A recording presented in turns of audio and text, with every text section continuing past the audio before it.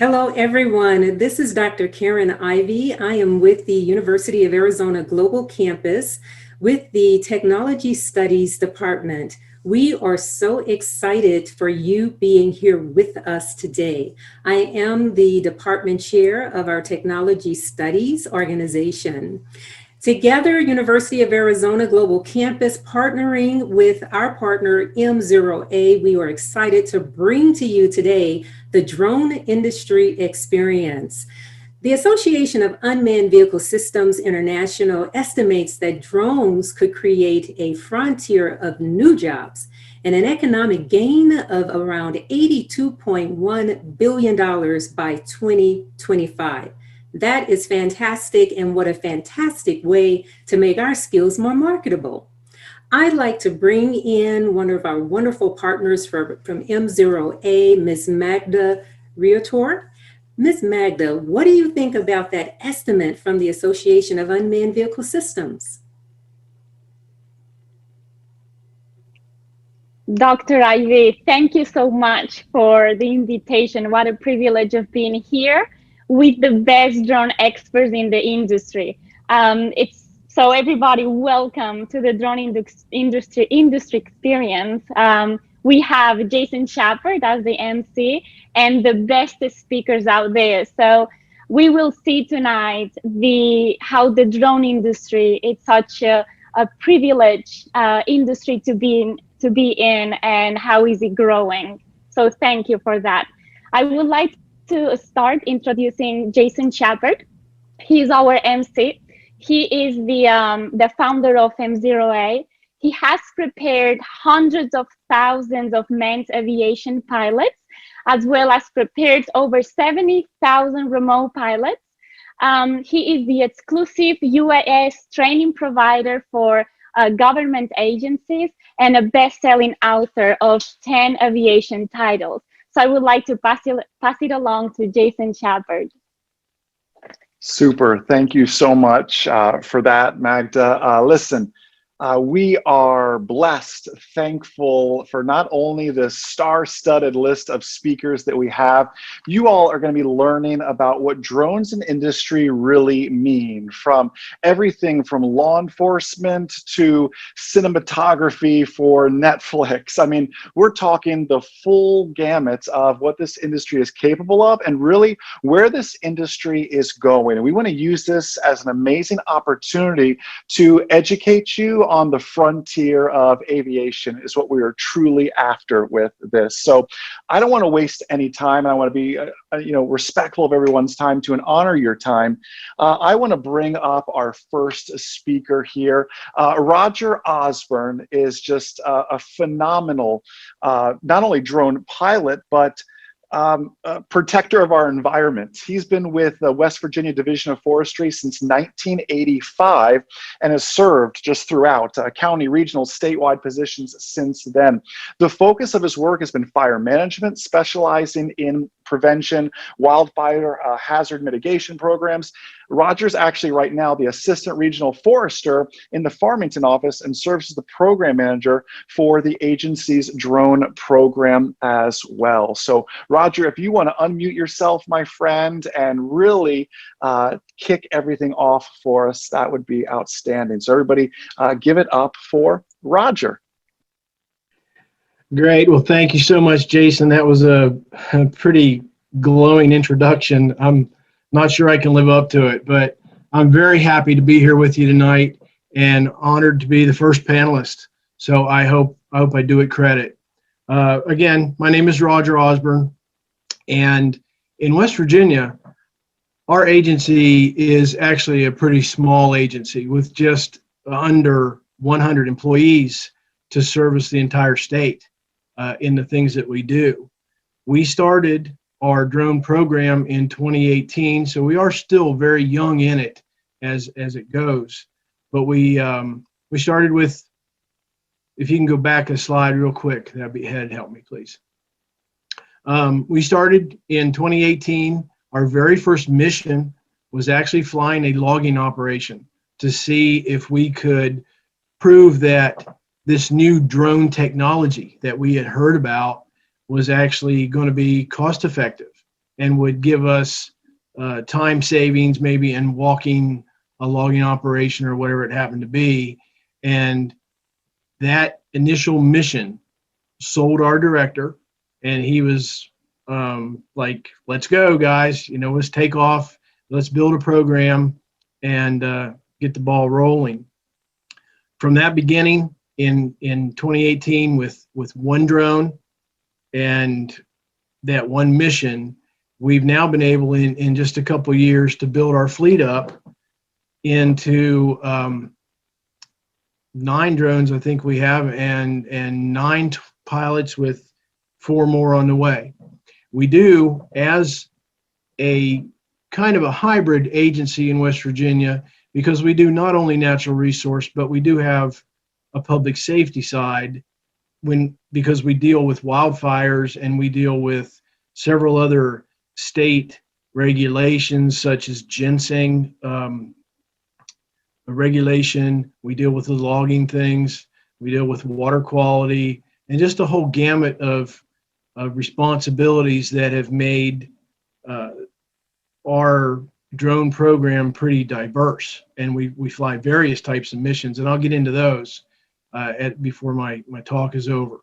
But again, we do operate under both Part 107 and that public agency certificate of authorization, which we were able to get rather easy with a lot of help from people who had already been through the process. Our employee participation in the program is entirely voluntary. I'm not sure if this works the same way in the private sector, but government jobs they're always in the job description. There's that end line that says, and other duties as assigned. And that truly is the case with the West Virginia Division of Forestry. These pilots that we have, they're volunteering, they showed an interest, and they truly have a dedication to this technology and trying to make the services that we do for the state residents that much better. So we currently have pilots stationed in 5 of our 6 regions and in our state office. And those 4 that we have in training, which are incidentally in the Remote Pilot 101 courses, they're going to fill our gaps where we have them. Okay, next slide, please. So one of the key things that we do is we try to develop uses and scenarios for using UAS in forest management planning.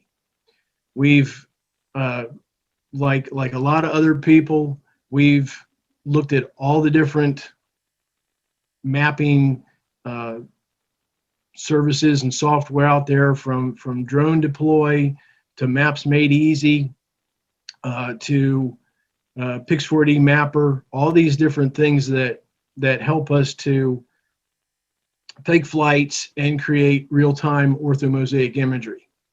What this does for us, when we write our forest stewardship plans or things like that, we can now introduce a new layer into those plans of a real-time map of what that piece of property looks like versus an aerial photograph that might have been filmed or flown in 2013 with a fixed-wing aircraft.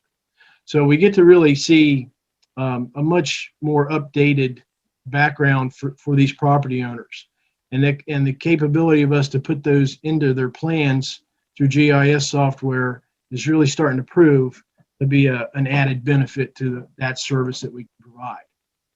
Next slide, please.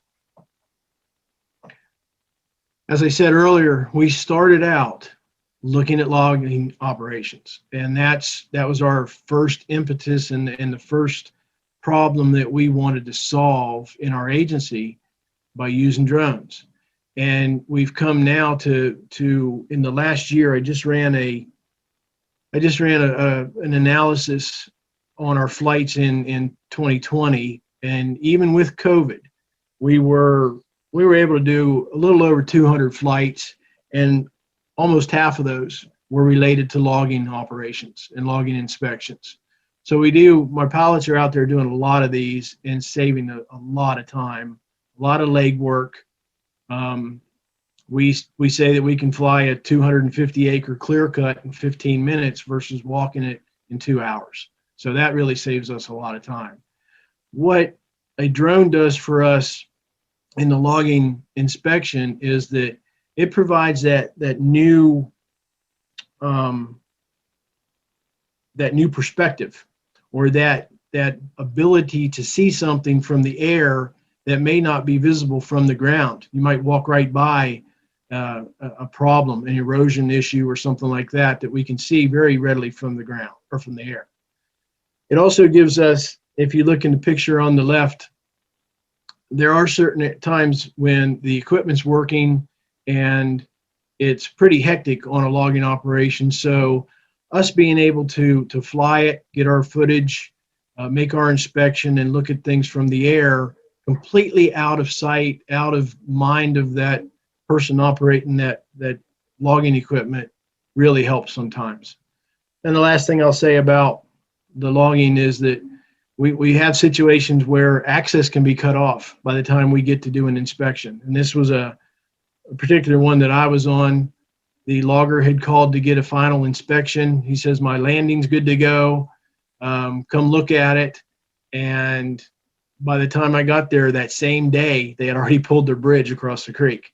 So no more driving. And luckily, I happened to think, oh, I've got a drone in my back seat.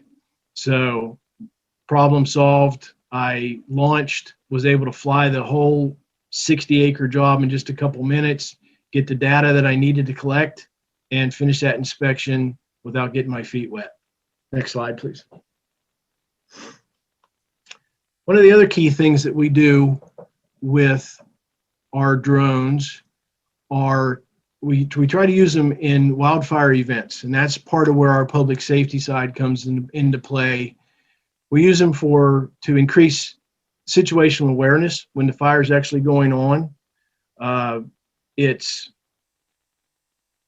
also a valuable tool to document what happened, not only in the past or while the fire is going on, but post-fire. Certain times we have to take things to court. And as you see in the blow up of this picture that we're taking, the drones are so capable these days that this was actually taken with a Phantom 4 with a 20 megapixel camera. Very simple drone, very quick to deploy, and very easy to use. And the fact that we could take that picture and blow it up, show that tree laying on the power line where it started the fire, solved that case for us, and greatly enhanced our efforts to reimburse or to seek reimbursement of our costs from the power company on that fire. Next, please. Next slide, please. One of the big things that we're starting to, whoops, could you back up one, please? I'm sorry, Magda. One of the big things that we're really starting to do now with fires are on the prescribed side. And we will come in, we didn't do it in this particular case, but with our other state partners and our federal partners, we provide the service to them of the aerial overview while their prescribed fires are going on. And what it does is it improves the safety of all the resources that are on the ground. It documents the fire and provides what we're starting to do now is we're doing the mapping before the fires are set and then after, so that we can provide a historical documentation over the years. Because many of these same areas that are burned with prescription are burned multiple years in a row. So this is a very valuable tool for the wildlife managers and for us as an agency to help them along. Next, please. Thank you. Lastly, the last type of missions that I'll talk about are some of the special projects that we do in conjunction with other agencies. In the natural resource field in West Virginia, the Division of Forestry was the first to start using drones. The DNR Wildlife Resources are just now getting on board. They're not doing much of their own. DNR law enforcement is kind of taking the lead from us and are looking to get some thermal drones and things like that that they can use in their day-to-day work. But right now, our pilots are providing the service to the DNR natural resource police officers to help them determine the extent of crop damage by black bears.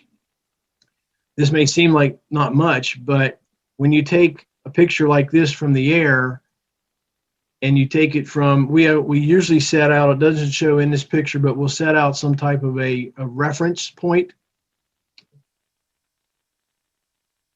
That's good right there. We will set out a reference point that usually shows up in the image. I apologize. And the officer will then use that image to base, we might set a long thing out that's 20 feet, and that gives him a scale. And he can determine then what the approximate acreage is of crop damage by that bear. And in the case of sweet corn in West Virginia, that turns into a lot. And if it's a big damage, it can be worth several thousands of dollars of compensation to that farmer. So this is really saving the DNR a lot of time getting this together. So we do a lot of work with them. And the last type of thing, if you'll click one time, we, as a public safety agency, we are, of course, on call, if you will, whenever there's some type of an emergency, natural disaster, even a flood. The Division of Forestry will get up and provide some quick situational awareness shots for the local emergency management folks. Okay, my last slide is just a contact, if you want to hit that. And I thank you. I hope that wasn't too brief, but that's pretty much what the West Virginia Division of Forestry is doing. We're looking to do big things in 21, hopefully, if everything opens up a little bit. And we're very glad to be here. That's awesome. Thank you so much, Roger, for sharing, and thank you for that. Thank you for everybody with your questions. I was writing down a bunch of questions. We're going to save questions at the end for all our panelists, and I'll kind of field them back to them as well so we can continue moving forward with that. But thank you so much, Roger, and we can make Roger's information available too.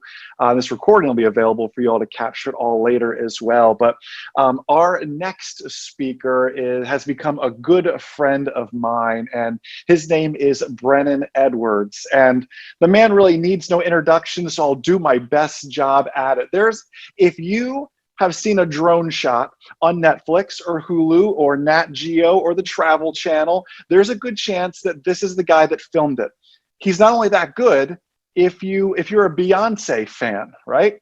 If you watched Beyonce's special on HBO, he was the drone pilot. He didn't even mess up Beyonce's hair when he flew over her. He is that talented with everything. So Brennan Edwards has become a great friend of mine. If you are in the cinematography side of things and want to improve as a drone cinematographer, he has a wonderful YouTube channel. I'm sure he'll tell you about it. It's called Droner Tech. My friend Brennan, if you want to unmute yourself, say hey to everybody. I hope I gave you a good introduction. I mean, you've done so much, my friend.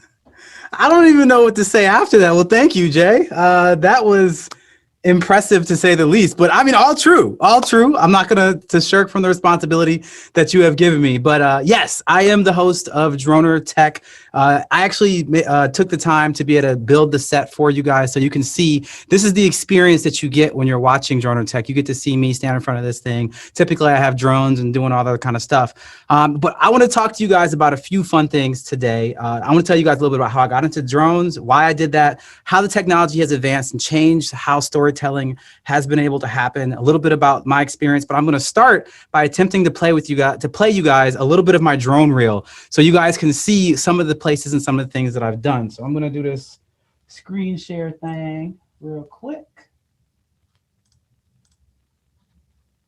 Share. Bam.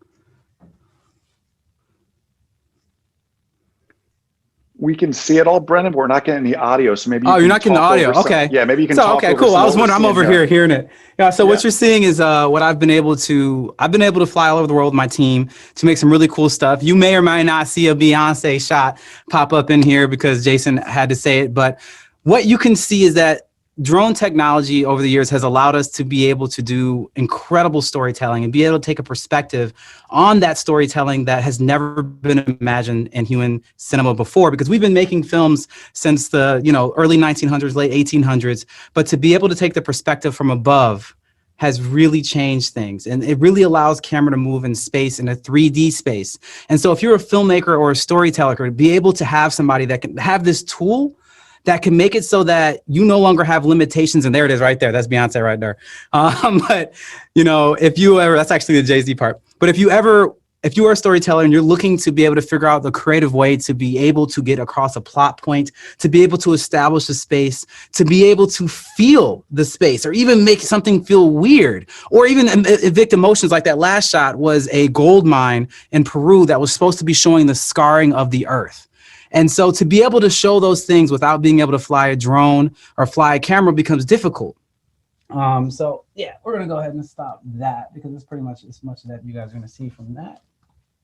And we're gonna turn that off because I'm so good with tech. How do I stop screen sharing? 1 second, guys. How do I do the stop screen sharing? I can take off your screen share, and Brennan, if you want to keep talking. All right, cool. So guys, pretty much what I was going to tell you guys, I got into drone cinematography because I started off actually as a gamer. I played competitive video games. If you know, back in the day, I'm an old school gamer. I played Halo 2. And I started to work in film and cinematography when I moved out to LA back in 2012. And then after that, what I was able to do, I was fortunate enough to have the opportunity to do this. And then I saw somebody fly drone for the first time. That happened around 2014. And I saw it and I was like, that looks like a video game controller. And the guy who had it was not super friendly, would not let me fly it. And I said, I'll probably be better at this than you anyway. So I went out and bought a little tiny micro drone, taught myself, and started to play around on the sets that I was on just for fun. And one of the directors was like, hey, you ever put a camera on one of those things? Like, why don't we give it a go? And thus my drone career started. And I have not looked back since because it has been such a whirlwind. I've been able to fly in over 20 countries. And the thing that was really interesting to me is, like, I started flying, apparently I'm a drone OG. Like I said, I started flying in 2014. The first actual drone shot in cinematography that is recognized as widely being used is in 2012 in a movie called 007 Skyfall. If you guys are any movie buffs, there's a motorcycle chase scene where there's like a camera flies over the motorcycles. That was actually one of the first cinematic uses of drones. And before that, the barrier for entry for drones was almost impossible because you'd have to have a helicopter and a stabilized gimbal and a gyro. It was like a lot of technology and literally tens of thousands of dollars to be able to get any kind of aerial shot, which just isn't worth it. Let's keep it real. It's just not. And so what really happened is around, 2013, 2014, there was 5 pieces of technology that changed everything that allowed us to have this conversation here. One of them is the advancement of LiPo batteries. The other one is GPS, global positioning systems, all kinds of arrays of sensors that became cheaper, as well as computing power. And then one of my favorite things, the brushless motors. That made the drones be more dependable, more stable. And then the camera technology the stabilized camera allowed us to be able to put them up in the air without any real issues. And what it has done for me, or what it does for us as filmmakers, because not only do I fly as a drone pilot, I also own a video production company that has done a lot. It's called Transit Pictures. We've shot in over 30 countries all over the world, doing all different types of content. And it's gotten to the point now where if you're shooting anything outdoors, if you're hoping to be able to show your production value and what it is that you bring to the table, and you don't have a drone, then you aren't doing it right. Pretty much everybody does it. And to the point of, like I said earlier, one of the biggest things is the barrier to entry has been very, very difficult traditionally in film to be able to get these cinematic shots from above. But now, because of those technologies that I let you guys know, it has become so easy for anyone, as the brother before me said, to be able to pull the drone out of their back seat, put it up in the air, and have so many different uses. Like you said, from forestry and being able to see what's going on from above to be able to be a storyteller, it has changed literally everything. And as you know, there's in 2012 and 2013 and 2014, as Jason is a master of, as you know, Remote Pilot 101 is what taught me how to pass my Part 107 test. And that program that he put together is a program that is going in response to a law created for the drones. Now, these laws had to be rushed to order, I'll call it, simply because of what I said about the technology was advancing so fast in the early 2010s. Like I said, pretty much 2014 to 2017, drone technology went from, I might be able to figure this out if I'm a electrical engineer, to my kid plays with this now. Like, that's how fast the drone technology advanced. And that means that everybody was flying. And because everyone was flying, now there's a lot more problems. It's where my freedom ends where yours begins. And the argument about where that line is has continued to go until this day. But all that to say is that it's really cool to see it. I've been able to ride that wave and create this drone channel where I'm like, okay, there's more to it than it seems. The drone technology has advanced, but now you have to be able to understand how the camera works as well as how the drone works. And that's one of the things I've been able to work with Jason on, is to be able to help say, what kind of camera work do you need to understand to be able to be a useful camera tool for a production set? Do you need to know what color temperature is? Do you need to know how to adjust the aperture? You know, do you need to know who to talk to on set to be able to be useful? And do you even need to be on a set to be a drone cinematographer? These are a lot of really good questions that people don't necessarily know the answers to because, you know, they aren't ones that are doing it. And that's what I attempt to answer on my drone channel, saying, hey guys, if you are interested in being able to make a living or a partial living from drones, here's some of the things that you need to consider. Here's the laws you're going to have to follow. Once again, remotepilot101.com is the one that you're going to want to know for those laws. And here's everything that I know. And here's a bunch of my experiences of some of the difficult times that I've had, or great times that I've had. I've been able to fly for Beyonce, but I've also been harassed by police officers for flying legally with permits, you know? So it just like, it's an alpha and omega of things. And the last thing I want to leave you guys with, because I want to, like, I like to be like high energy and short and short. The last thing I want to leave you guys with before we move on to whenever you guys want to ask me questions is what the future of drones looks like. Because what we're here to talk about is like, what is happening next, right? And so for me, I have a very unique space to be able to see that, because I got onto drones. I am not an electrical engineer by any stretch of the imagination, but I got into drones right on the cusp of not necessarily needing to be that. Before we had stabilized gimbals, but after that we had GPS. That's like right when I got in. And now we're getting to the point where like you can buy a Mavic Air 2 or something like that from one of these DJI drones that you don't need to know literally anything about sensors or anything about almost anything. You watch a 2-minute video, you could put the drone in the air and get some pictures of you and your family. It's really that simple at this point. But what is really going to set you apart as somebody who is somebody flying these advanced aerial systems? And the things that I've noticed that's really going to be that are changing in the near future are the advanced safety settings, because right now there are still drones that will crash. The number one drone in cinematography right now is an Inspire 2. That drone has been around since I believe 2018, maybe late 2017, and it's a monster. It has a crazy camera on it that can be matched to almost any cinema camera there is. It shoots up to the resolutions of 6K, which is insane for a drone that's the size of this drone. It flies for 25 minutes. It does everything you really need to do, and there hasn't been any real reason for the advance except for it could still crash. It still does. It has redundant systems, but it still does crash. And that's why many people have fleets of them. That's why there's a lot of, like I said, more redundancy, even people putting parachutes on them, because we haven't gotten there yet. But when you're looking at that, you're also looking at even lower barriers of entry to be able to fly something like an Inspire 2. Now, the Inspire 2 is an amazing bird, but it is nowhere near as simple as a Mavic Air 2. It requires a team of 3, by my assertion. You got to have a visual observer, somebody to fly the gimbal on the camera, as well as somebody to fly the drone. 3 people to fly one drone to get these cinematic shots. That does an amazing job, but it's not quite so simple. It's not a beginner's drone. It's not the one you're going to learn how to fly in 20 seconds. And I believe the barrier for entry is going to drop on cameras like this. And I'm saving the best for last because I know it's a really, really big one that I'm starting to get into. And the second to last one is FPV. I'm sorry, not FPV. That was the last one. But advanced cameras, like I said, there's a 6K camera on there that's stabilized and that can do all the things you want it to do. But right now, we're just starting to play with different camera tricks that you can already do with cameras on the ground, like playing with macro perspective, playing with zoom, playing with interchangeable lenses. Like that is all happening on these drones, but it's not happening on the same level that's happening on cameras that's happening with cameras on the ground. And the last, but already mentioned, not least, is FPV drones. Now, if you don't know what FPV droning is, it's most people know it as drone racing, and how those drones whip around and do all the crazy stuff. And they're able to give a perspective that these traditional, now we're calling them traditional, crazy, but traditional drones can't do, because traditional drones are slow. They're, again, safer. They have a lot of safety features on them with the sensors, and there's just so many limitations on them built to be able to make them easier to fly, but also takes away from your artistic ability to be able to capture cinematic movements in spaces. And what even changed, to go back to the advanced camera side of it, there's now cameras that are small enough that still capture that cinematic 4K footage, like where the GoPros are going, or the GoPro, like the DJI Hero Fast, like whatever the new smaller cameras are, they're getting better every single day, to the point where even having Panasonic put out what's called a box camera, the B1G BGH1, that I actually put on a 5-inch quad and could fly it around for a commercial, and the footage looks just like the on-the-ground camera.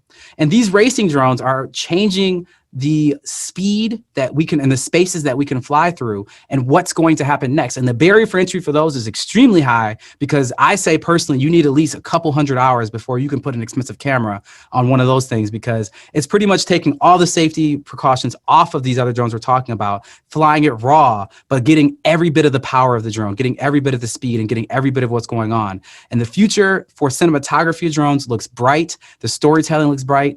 And honestly, I couldn't be more excited. And if you are looking to get into it right now, I would say the first place to start would be after, the second place would be Remote Pilot 101. But the first place would be looking into learn how to fly FPV drones and understanding camera work.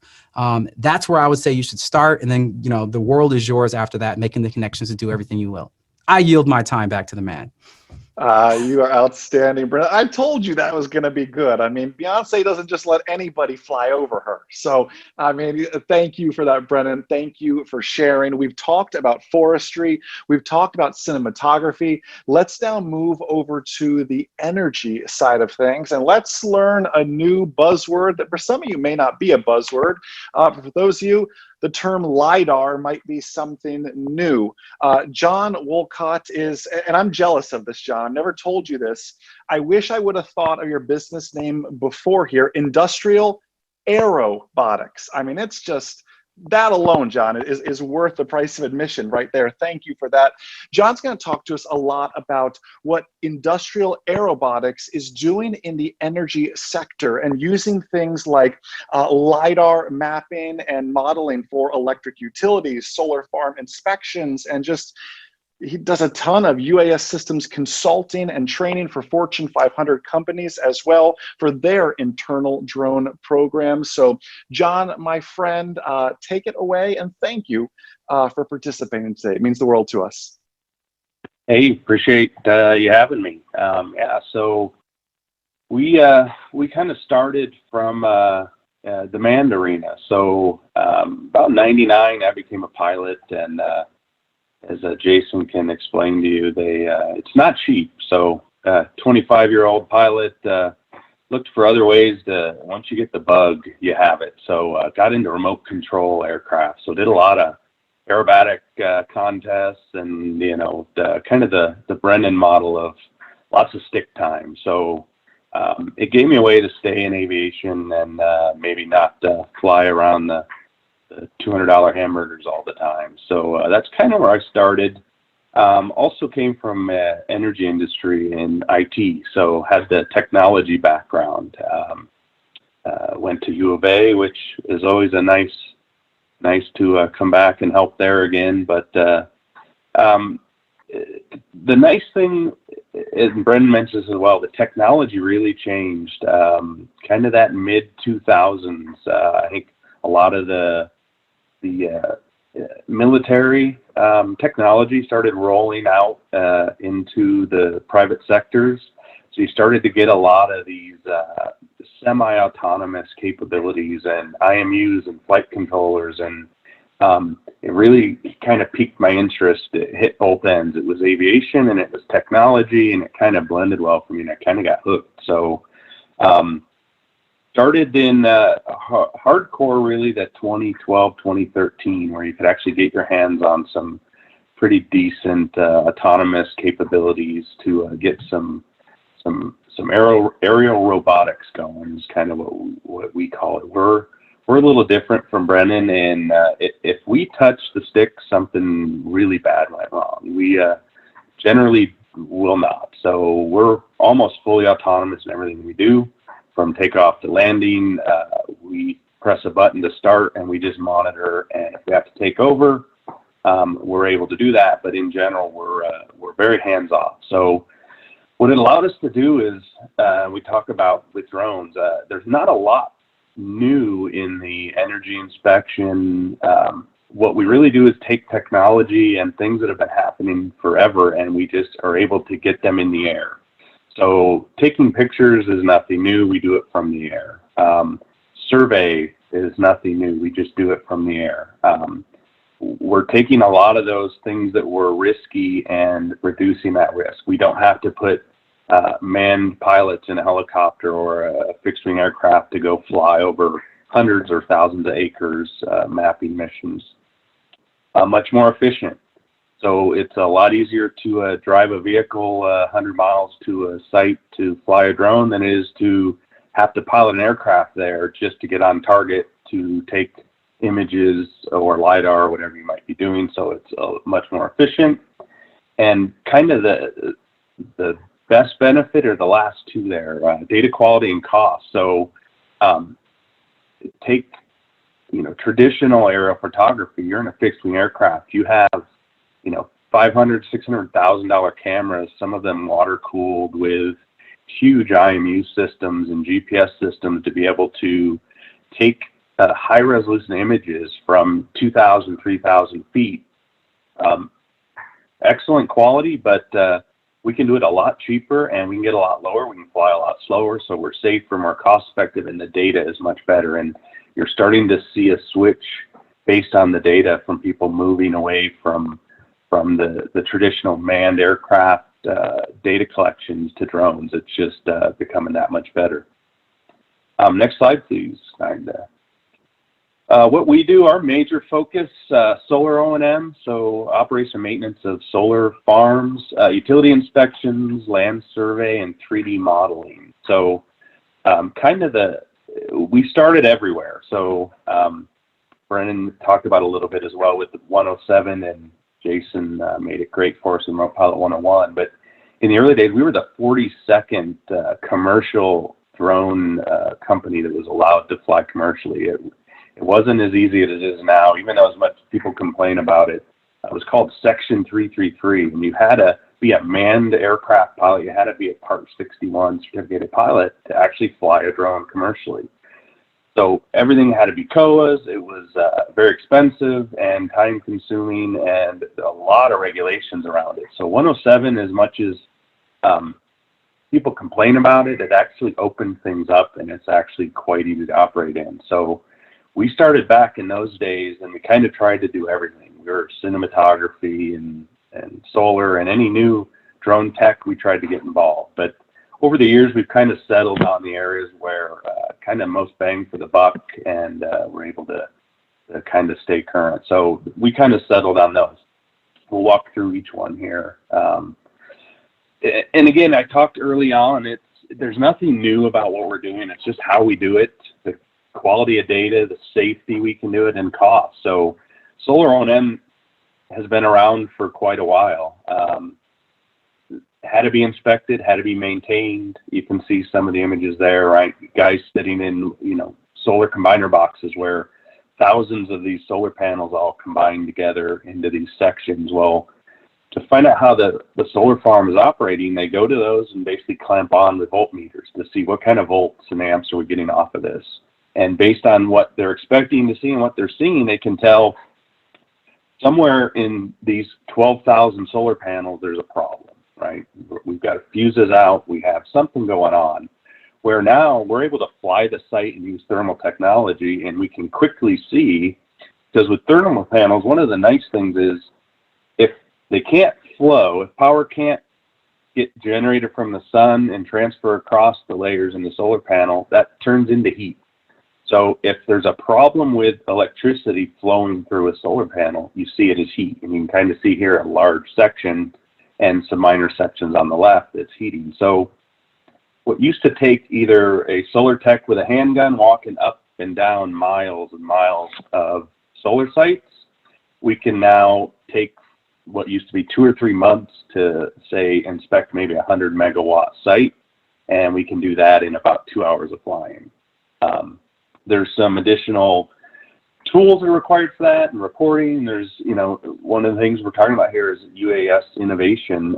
That's a big growth right now, looking to get into the industry. The software and processing of imagery is big right now, right? There's companies coming up that can take this data and help inspect and write reports and tell us where things are going wrong. That's a booming arena. So definitely an area to look forward to if you're trying to get in the industry. It doesn't have to be flying a drone. There's a lot of tech that's lacking in that industry around software development and analytics. So next big one we do is utility inspections. This is always, again, nothing new. They used to drive trucks up and down. You've seen power line segments. There's roads. They drive trucks. They have binoculars. They have big handheld IR cameras, and they take pictures and they write reports. We can now, again, quicker, better. Instead of a line crew, you know, driving 50 miles of power line in, you know, a week, we can fly that in, you know, half a day to a day with a drone, and then we get to safely inspect that from our vehicles. You're not out in the elements. You don't have four-wheel drive trucks traipsing through the environment, twisted ankles. They're not having to get close to electrical equipment. Substations, we can easily fly from 75, 100 feet and keep everyone safe, and we get excellent data. And one of the nice things moving into drone tech is it's very reproducible. So the next time we want to fly that site, you pull up that program, it flies the exact same site, takes the exact same images. We now get easily year-over-year comparisons of imagery. Okay, next slide, please. And land survey. It's another growing tech. Nothing new, but it stops guys from walking around Earth with sticks and taking points. So traditionally, they'll walk, say, this coal pile on the left or a construction site on the right, and they either walk, use a quad, and they basically have a GPS on a stick, and they stop, wait, get a reading, move to the next site. They import all of those points, and they kind of can build a contour and a map of the Earth. Kind of go back one slide for me there, just hit on one last thing. So that pile on the left, I believe there was somewhere in, if you want to think of a point as a survey guy with a stick going to a place, putting it on the ground and hitting a button, they may spend a week covering back and forth that pile on the left and pick up 2,000 to 3,000 points as they do that.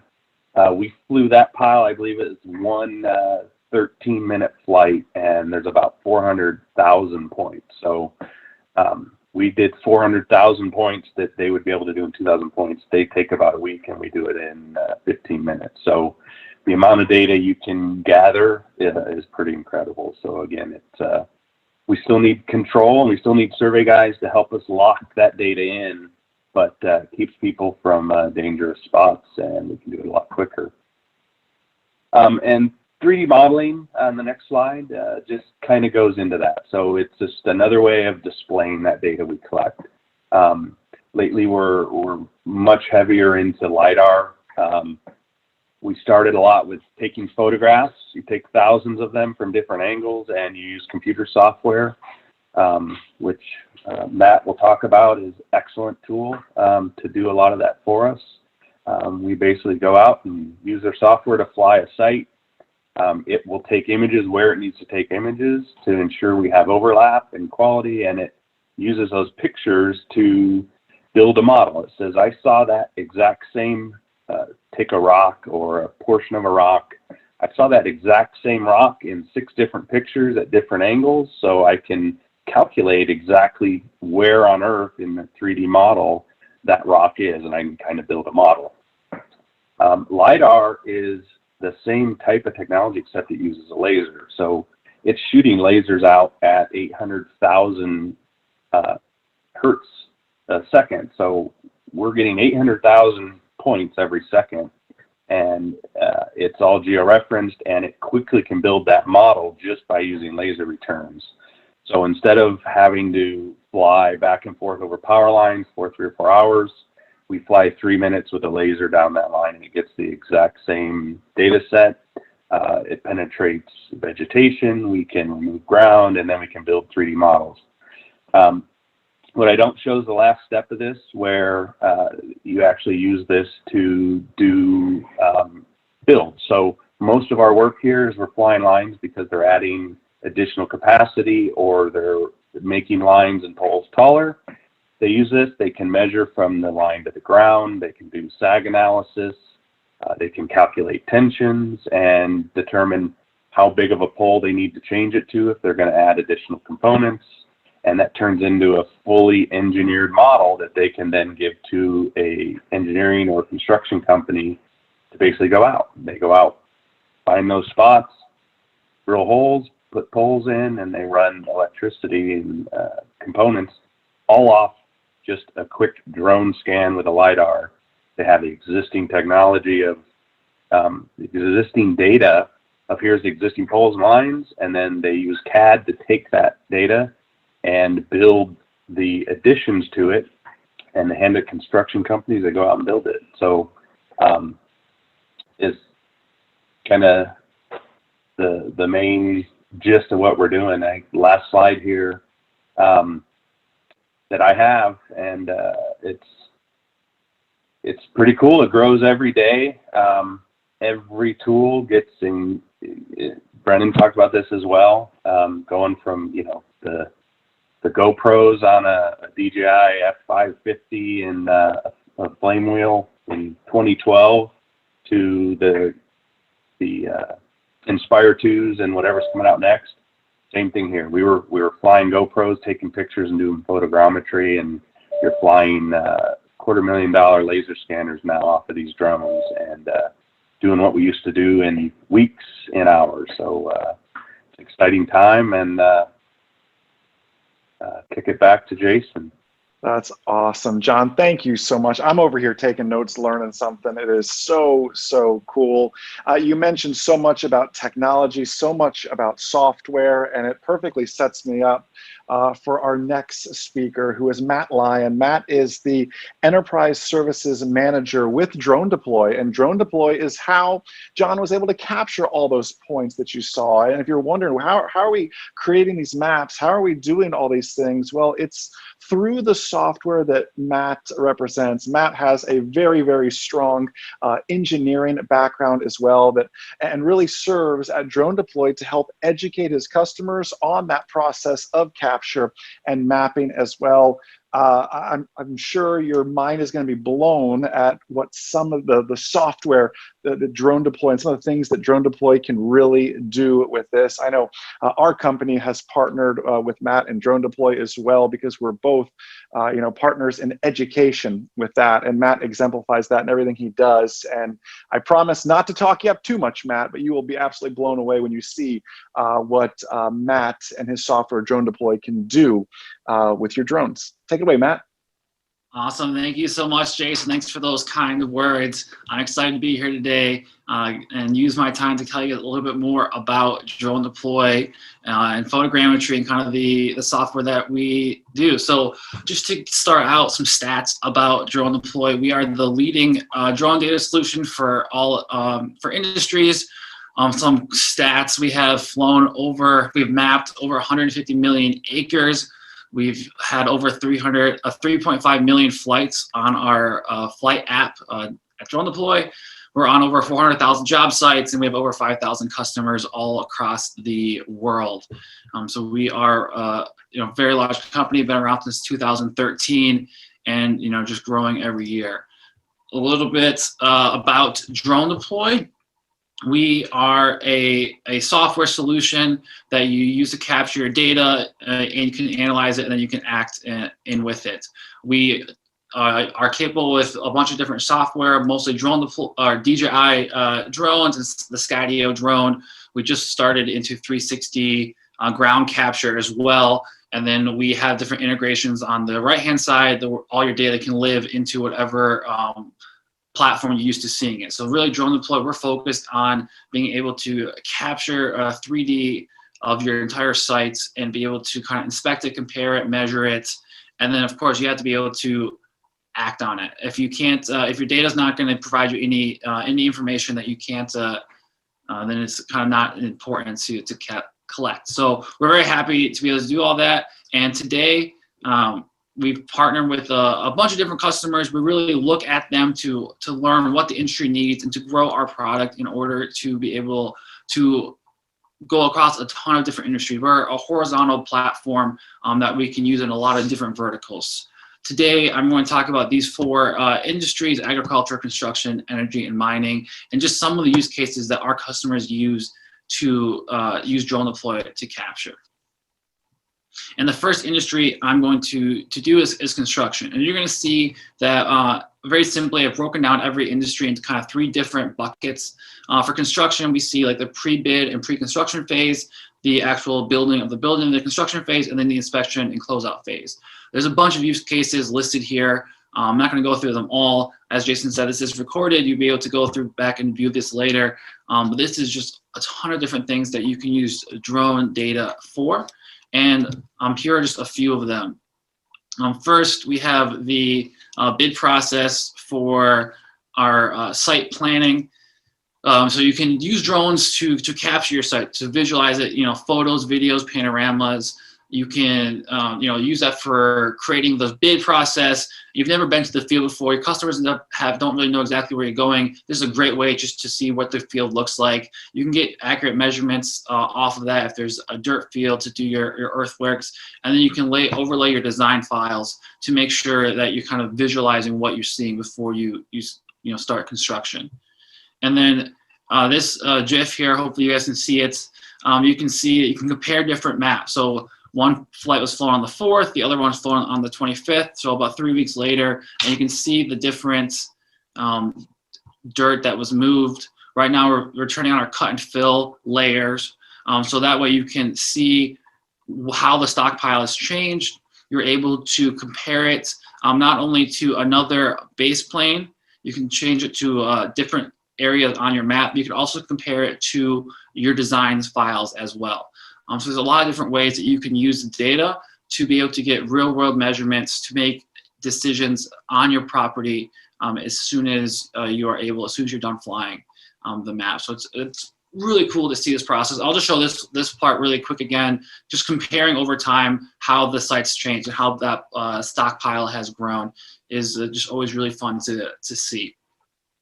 And then another gift for you guys is viewing this orthomosaic, which is just a 2D map over time, and different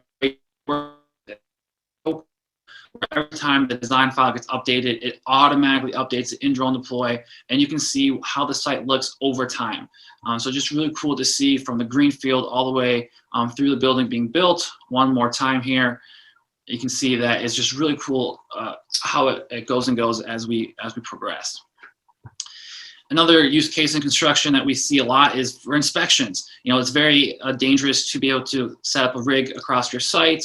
When you run to, instead of having boots on the ground, you can fly a drone, very quickly capture it, type in the issues, report those issues, summarize it, and then be able to share that with your colleagues all inside of our software.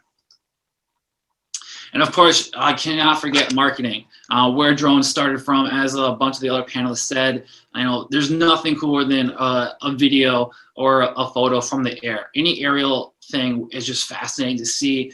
We love seeing them. It is still the number one way drones are used, is just really to visualize your site. So photos, videos, panoramas are all just great ways to be able to see the data and then share it across the org, especially in large construction projects where the owners aren't necessarily on site. So they need a quick way to visualize it instead of flying down to the site for a monthly check-in. Being able to see the data on a daily, weekly site progress is really, really cool to see. And that was very quick. Again, this is going to be a very quick overview of all these different industries. The next one I'm going to talk about is agriculture.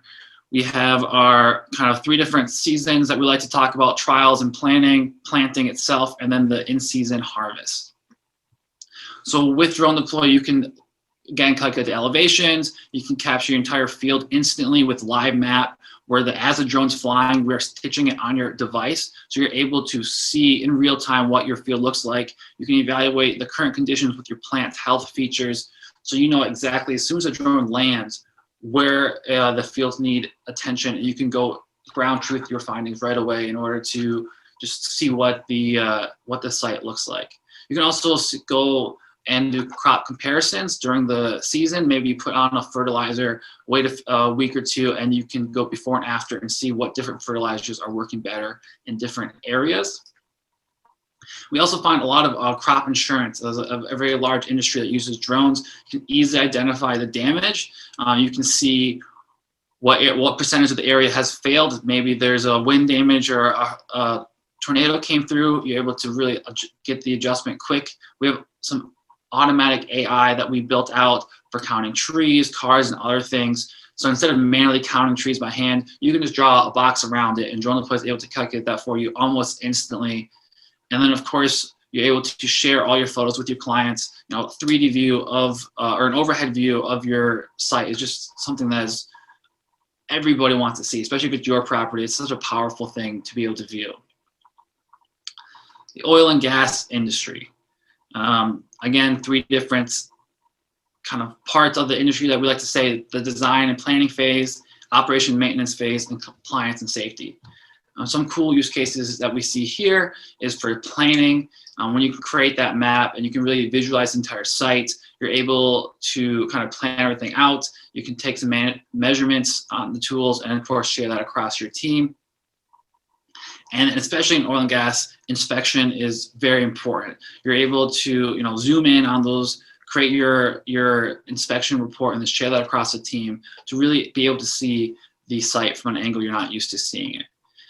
And of course, thermal inspections. I would be remiss if I did not talk about that. We have awesome capabilities with some of the FLIR drones that are out there, thermal cameras. You're able to visually see where the hotspots are, maybe prevent an issue or a leak before it happens just by seeing exactly where the site is, how the site's reacting to different things. It's just a really cool technology to be able to see this happen. And then very important in the oil industry is the, environmental impact, making sure that you don't have any leaks. If you do, be able to detect them quickly and easily. You can use the plant health feature that we talked about in agriculture into the mining industry, and you can see all the different fields very quickly.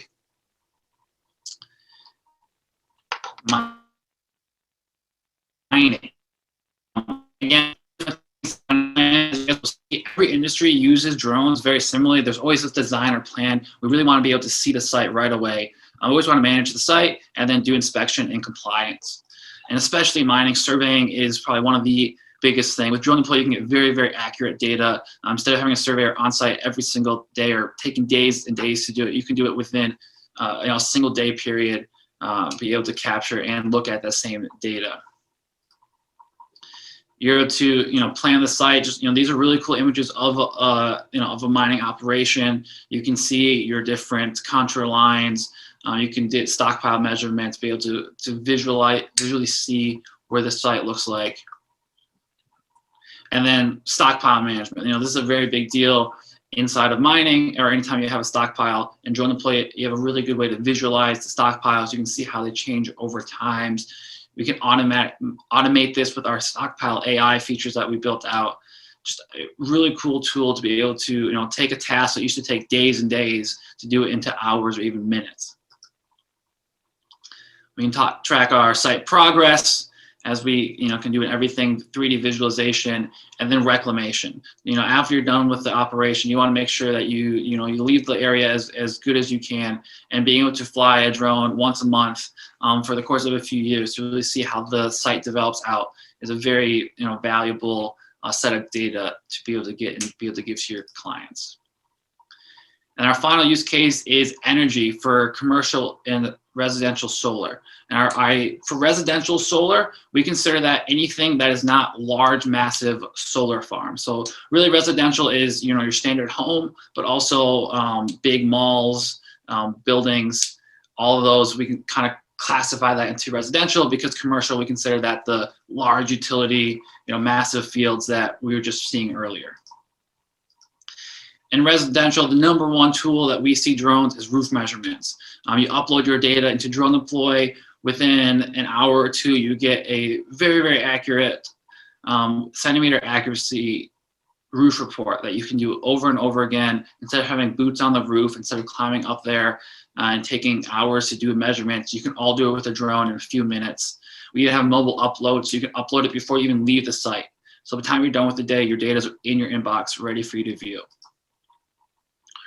With the solar industry, we can use it for help planning our videos and our panels, to get our site assessments, and to really do thermal inspections. This is a very important thing. Before and after you put anything on a roof, you want to make sure the roof's in good condition. If the roof's not in good condition, putting solar panels on top of it is not a good idea. So a lot of our customers will take the radiometric thermal data to be able to capture and see if the roof's in good condition, and if not, they'll get it replaced, and then they'll install the thermal on top of it. Commercial solar is very similar to construction, very, very large fields. They want them as flat as possible, so slope isn't getting in the way of the sun and the shading. You're able to see that design out here, create some images of it, again, to show it out to your use cases, and then to have the entire maps being able to visualize as the progress goes. It's really cool to see a few solar panels on the right-hand side all the way through to the end of the project. As I'm running a little bit low here on time, I'm going to skip through a few of these. You can get the environmental, and just a few more facts about Drone Deploy. We are built for our enterprise customers. We are ISO 27001 certified. We're GDPR certified. We have all the security things you could possibly want. We really take security valuably. So data encryption is number one important to us. And all of the data that our customers fly is secure, and that they own all of the data. A few other things that we have that just really round up your drone program. Not only can you fly and capture and view all the data, we have security, we have drone operations, you can manage all your flights, we have a compliance report, you can put in your registration information, our LANC authorization, everything that you need is all in one place inside of Drone Deploy. And something fun for anybody that's in law enforcement or search and rescue, we have live streaming that you can do just to, one pilot flying, lots of devices being able to view what they see. This is a cool feature recently released that I always like to showcase. It's just such a cool technology. Who would have thought 5 years ago that you could throw up a drone and be able to view it from anywhere in the world.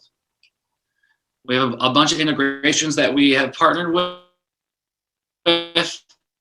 And finally, what I do, we have Drone Deploy Academy. We have free resources on academy.dronedeploy.com where you can view all this stuff, really deep dive into your use cases, see everything. We've partnered with Jason, Remote Pilot 101, to provide pilot licenses or 107 licenses for our customers, safety and compliance, everything that you need to really be a safe drone pilot. You can find Drone Deploy Academy. Great certifications that you get to be able to share within your organization. And we're just super excited to be here. Can't wait to talk about questions more in the future. And thanks so much for listening. Awesome. Thank you, Matt. Fantastic job. And you all see how we can use drones to speed up the process of capturing these data points, is of doing the stockpile analysis in commercial and residential environments. And I watch Matt's presentation, my mind gets spinning with ideas, right? And where is this going? I mean, we are live streaming our feed from the drone to multiple devices now, like Matt said. It's mind-boggling. And where is this going to go? It's not just flying drones, it's the engineering, it's the software, it's the programming side of drones. And I know many of you are asking questions. We're going to get to questions here in just a bit, but we have one more phenomenal panelist, and he's become a dear friend of mine. Probe, you may not even know this. Probe was one of our original customers when we launched our unmanned aviation courses way back in 2016. Probe and I met at the very first drone trade show. So we are super early adopters of that. And Probe and I have stayed in contact ever since. He does some phenomenal virtual classes. I always like to chime in and say hi to everybody. What you may not know about Probe here, Probe was just retired from active duty service in the U.S. Air Force as a lieutenant colonel after completing 23 years as a fixed-wing combat aviator, squadron commander, United States Air Force weapons school instructor pilot, and air liaison officer to the U.S. Army. Probe was deployed to Afghanistan to lead flight operations as the UAV detachment and mission commander embedded into the U.S. Army Combat Brigade to support military combat operations. So Probe is obviously now in the private sector here, working with Air Probe UAV and just sharing more about what he does. And it's so exciting what he is doing with drones in law enforcement now and public safety. You're going to absolutely love to hear what Probe has to say. So my good friend Probe, take it away. Hey, thank you very much, Jason. Do we have everybody see the screen? Just confirm. We've got a title screen, drones. Yeah, we got you, man. Looks great. Awesome. Awesome. Great. Well, once again, it's an honor to be able to share some of what we're doing right now with drones. And I'm going to take a slightly different approach. I'm going to talk about drones in law enforcement, but also from the training aspect, because, you know, that's what Jason and I do. And it'll give you an idea what's a little bit different maybe than from some of the other areas. All using the same technology and some of these same things that were huge and multi-million-dollar systems that we were using in Afghanistan. For example, a multispectral camera to find nitrogen. Nitrogen's a precursor to IEDs, making explosives. Now we're using them for farmers here, you know, to help with nitrogen. So one of the things, you know, this picture is what they put up on on the brochure that went out. And you know how what they want you to think I am. Well, my sister said, "Man, you haven't done that like in 20 some years." You know, it's like, well, I didn't pick that picture. So here's what I was thinking, more like what I really want you to think I did. You know, we had some guests flying with us, but we were a bomber crew. I was a weapons school instructor, so I got to fly with in a lot of platforms. But the real fact is of what I do and I love to do right now is come on, stay. Is working with law enforcement, and as much of a thrill as because there's a real tight bond, you know, law enforcement and military. Many of them are ex-military, but I'm going to say maybe right even just a bit more above that is this picture down here on the bottom. And that's getting out with young kids. And thinking back to, I had the pleasure that, you know, my dad was able to take me flying when I was 5 years old. He was also military. He had to go to another installation, and a friend of his had an airplane. I got to sit in with him. And so, you know, if I didn't get to, well, you know, Jason, do this and that and, and forward, that was it. I knew, okay, this is what I want to do. So I ask all of you, if you're in the drones, and those when you do get in the drones, and if you can think how exciting this is, it's your future, but it's even more of their future. Because when we're talking about drone and robotics, guys, I mean, land's going to be even bigger. But when you put a system in the hands of a young kid like that, you have just opened up their world to possibilities. So let's all make sure that we can do a little bit of that also. Now, the law enforcement guys are just awesome. This, I'm not going to go too much into. On the right side here is Afghanistan. We're right on the Pakistan border, some of our military systems. Bottom left-hand corner, this was back in Desert Storm, and I had the real honor to meet and fly around with Senator McCain before certainly he passed. But another aviator.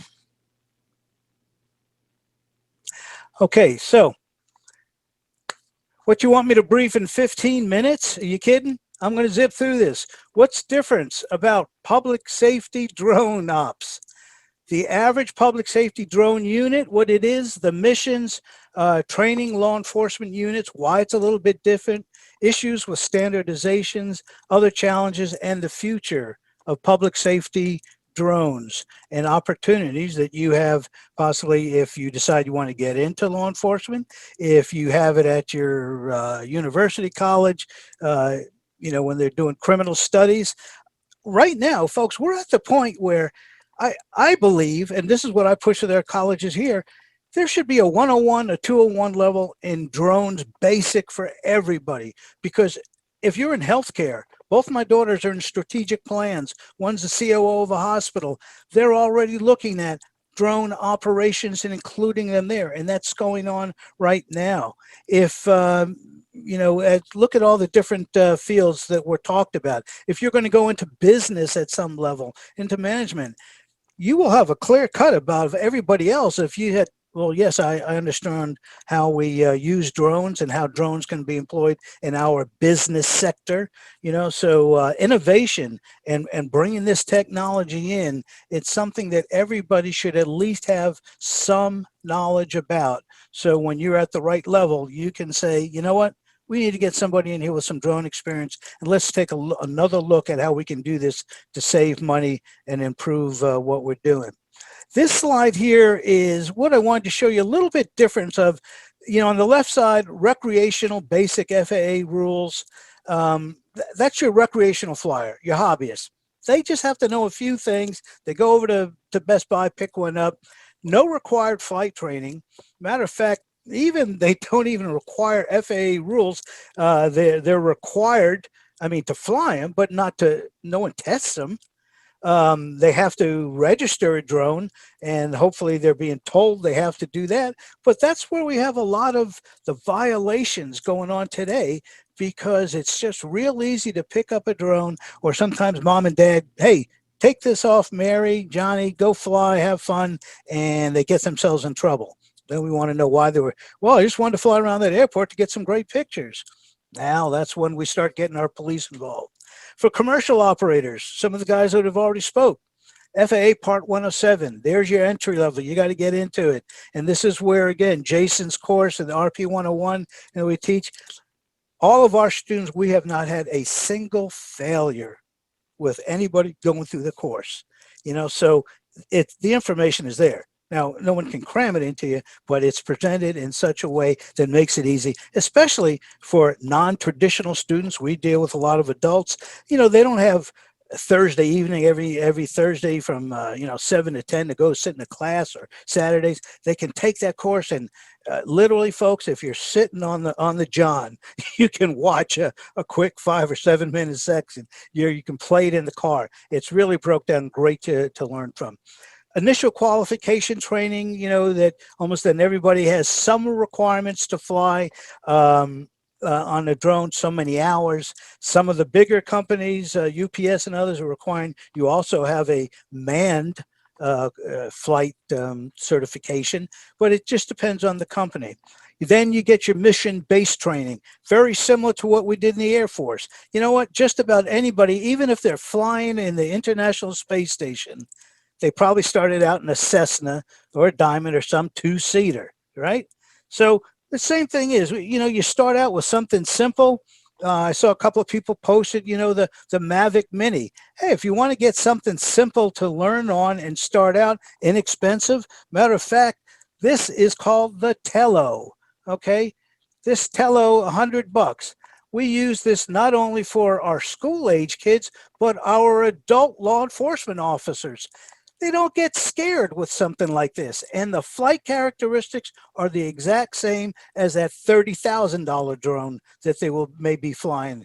So you get something simple like this, then it gets a little more complicated. Then you can get a Mavic Mini, spend a little bit more, and kind of work your way up.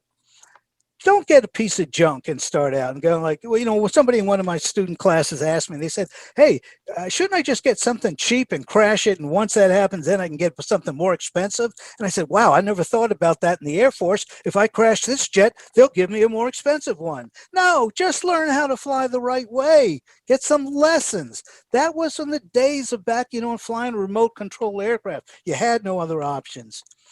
So then you get into SOPs, standard operating procedures, you know, commercial, and then the difference of a UAS, an unmanned aerial system, versus a singular aircraft, a UAV. Now, here's where I want to get you into the public safety to understand that. Once we move into public safety, they got to do those first things, you know, the 107 initial qualification training, basic flight. Then we get them into the mission-based training and scenario, their SOPs they have to learn by UAS, but now they start to also have to learn lawful employment. And this is where, you know, we don't have to worry about, because they've got the same laws, you know, oh, hey, they're going to fly that drone and look into my window. I've got some video I wish I could show, didn't have time here, but you know what?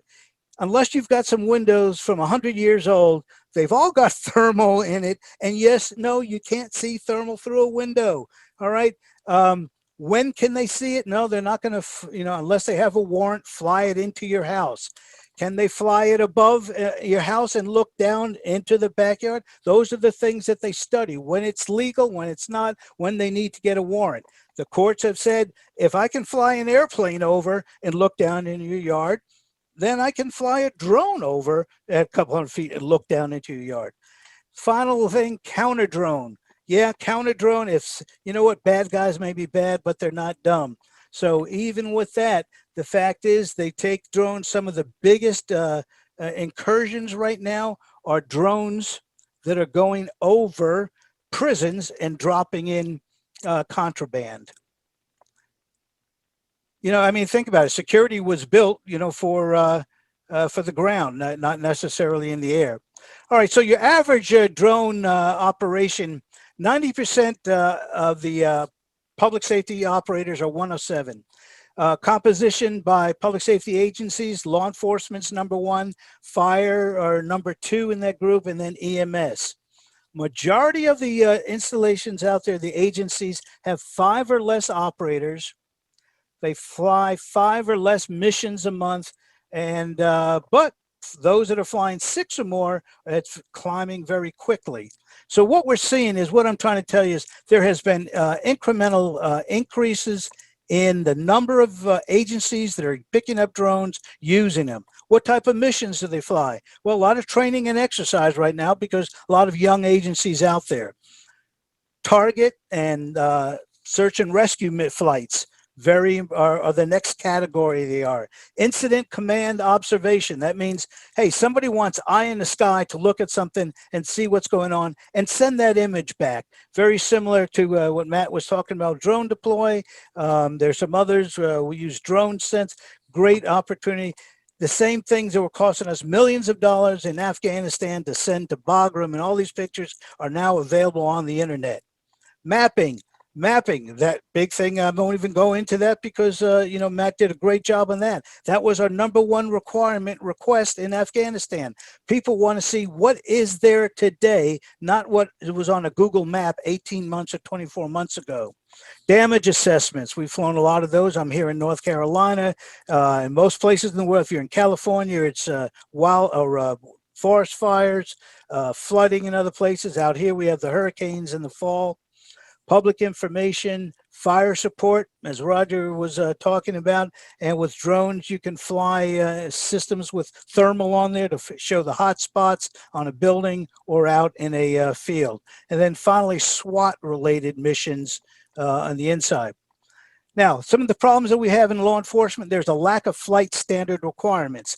Jason has a system that's been proven for years, not only for drones, but for manned aviation, FAA. I mean, we're talking about, close to 100 years so of all these things being built. Drones aren't there quite yet. So we don't have a real requirement in flight standards. A lot of people don't realize you get your 107, it's your academics. There is no flight training. Would you walk onto a jet airliner, the pilot meets you at the gate and says, I am so happy to see you today. I just passed my ground school. I never flew one of these things, but let's go.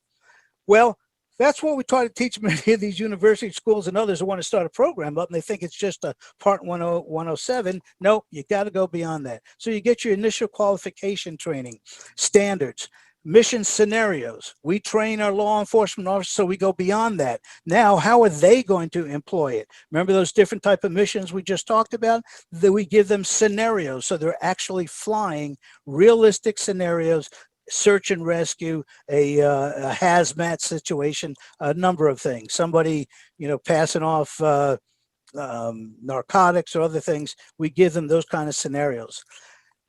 Another problem they have: local funding, budgets, public support for hardware, software, support personnel, and for training. So a lot of these budgets, it's a force multiplier, folks, but it still costs a lot more than many small agencies have, police departments or smaller sheriff offices.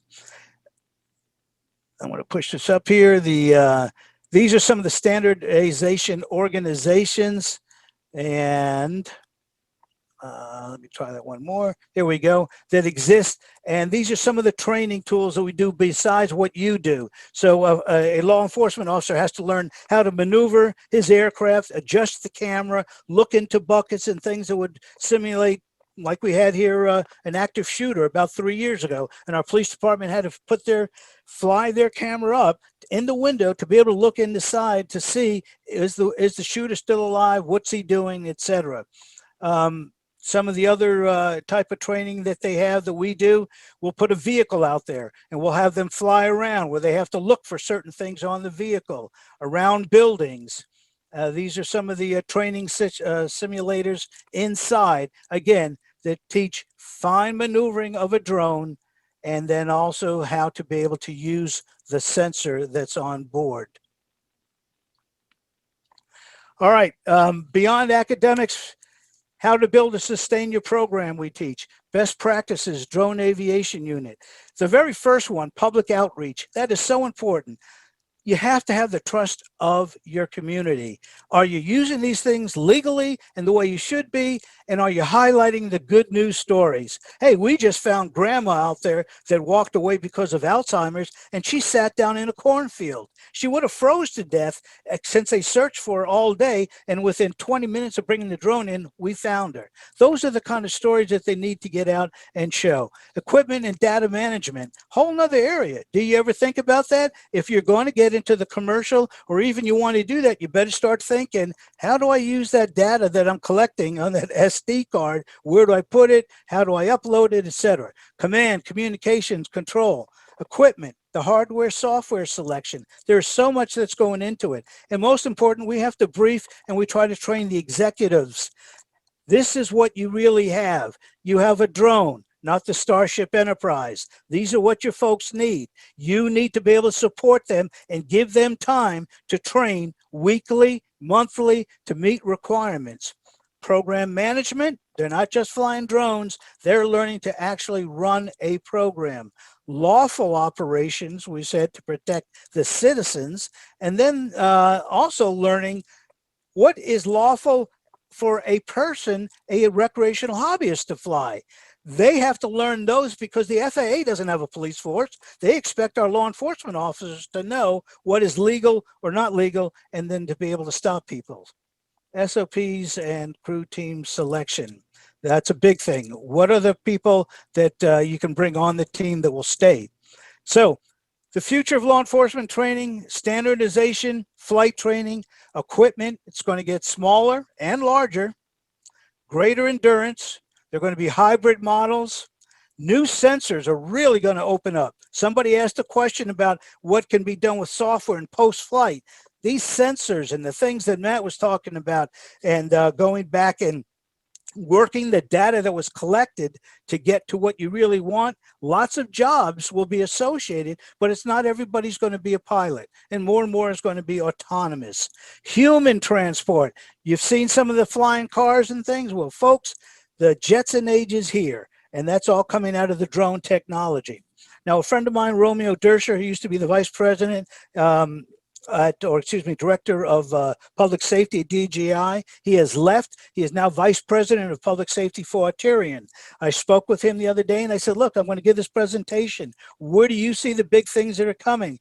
And again, he spoke about it's the third-party companies and apps that are supporting commonality for UAS operations and scalability. In other words, systems that'll come out, and if you fly the smallest drone that's in your fleet to the largest, it's still the same control, the same software, a lot of things that are built into it, and the system also takes care of. It's a lot different when you only have 4 or 5 drones, and all of a sudden you're up to 75 or 100 drones, and some of our larger departments are getting there.